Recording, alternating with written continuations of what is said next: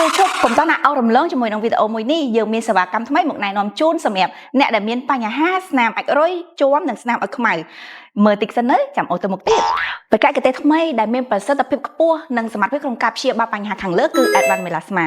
មូលហេតុដែល Advanced Melasma មានសមត្ថភាពកម្រិតនេះដោយសារតែមានការចូលរួមជាមួយនឹងសារធាតុផ្សំមួយចំនួនដូចជាពពួក Alpha Arbutin ជួយឲ្យស្បែករបស់លោកអ្នកសភ្លឺថ្លា